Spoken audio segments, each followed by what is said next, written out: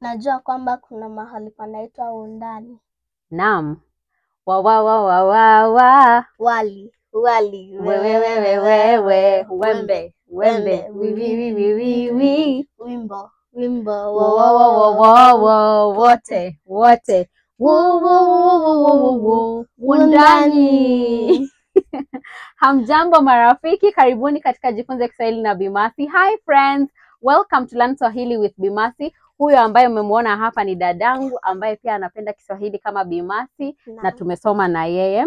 Kwa hivyo leo nataka tuzingatie herufi wa na tutaiandika hapa herufi wa. Haya, sasa tulisoma kuhusu irabu na tukasoma kuwa irabu ni 5, si ni kweli? Kwa hivyo tuna a, e, i, o, u. Tutaendelea vilivyo hivyo, samahani. Kwa hivyo tuna a, e, i, o, u. Na nafurahia sana kuwa tuko karibu kumalizia mpaka za ili tuanze kusoma maneno ambayo yana konsonanti zaidi ya moja. Haya, kwa hivyo tuna a, e, i, o, u ambazo ni irabu na pia niliwaambia zinaitwa vokali. Mnakumbuka? Haya, sasa tutatumia wu. Herufi inatoa sauti gani? Wu. Hebu fanya mdomo wako hivi, kila mtu aseme wu. Wu. Aha. Sasa wu na a, wa. Tena wu na a, wa. Kisha tuna wu na e, we. Kisha tuna wu na i, wi. Alafu tuna wo na mwishowe wu. Kwa hivyo tuna wa, we, wi, wo, wu. Hapa tutatumia haya maneno na tutatumia haya maneno kuunda nini? Tutatumia hizi silabi, samahani. Bi Mercy yuko mbele. Tutatumia hizi silabi kuunda maneno na mmesikia yale maneno ambayo dadangu tumesema pamoja. Kwa hivyo tuseme hayo maneno tena. Wa tutasema neno lipi?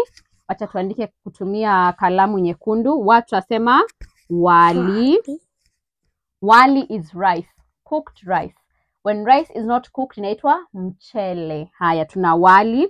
Kisha we tuna wembe. Wembe is a razor blade, a sharp object, a razor blade. We tukasema nini?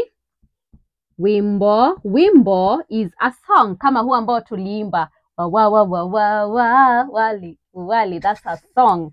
Wo tukasema wote. Wote means all, wote. Na mwishowe wu, kwa sababu tulikosa neno ambalo linaanza na wu, ambalo si mahali. Kwa hivyo tukapata mahali ambapo kunaitwa Undani, na kwa sababu ni mahali, tutaanza na herufi kubwa. Kwa hivyo tuna Undani. Undani is the name of a place. Lakini tunaomba kama ukipata neno ambalo linaanza na wu, tuandikie hapo ili tuone hilo neno. Sawa sawa? Are you up for the challenge? Tuandikie hapo. Haya, sasa tutatumia haya maneno na tutayatumia, samahani, kuunda sentensi kabla tuimbe. Kwa hivyo tutatumia sentensi. Samahani, kabla tuunde sentensi, nataka tutengeneze haya maneno. Nataka tutengeneze haya maneno au nikwambie haya maneno yanamaanisha nini, sawa sawa. Kwa hivyo tuandike hapa kwa yule ambaye ana tatizo kujua inamaanisha nini. Wali tumesema is cooked rice. Wembe is a razor blade. Wimbo is a song. Wote means all. Undani, this is a place.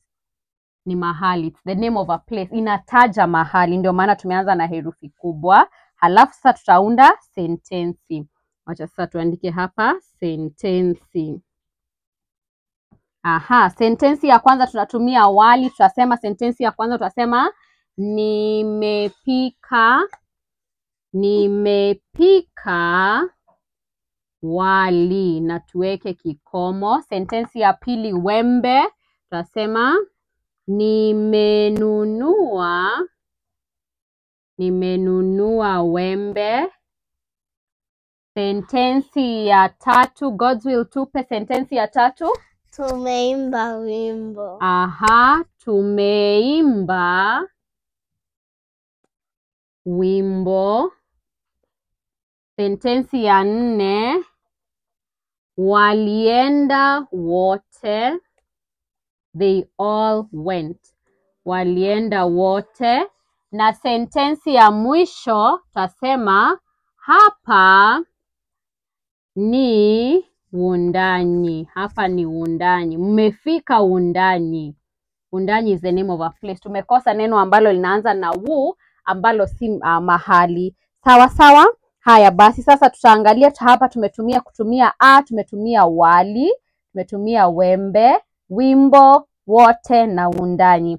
Utakumbuka haya maneno yetu? Sasa namuomba Godswill arudi hapa tena ili tuimbe na tuone kama tutakumbuka. Sasa tuimbe pamoja. Pia unaweza simama tuimbe pamoja. Uko tayari? Godswill uko tayari? Naam. Haya basi twende kazi. Wali, wali, wewe, wembe, wembe, wi, wimbo, wimbo, wote, Wundanyi. Kwa heri ya kuonana.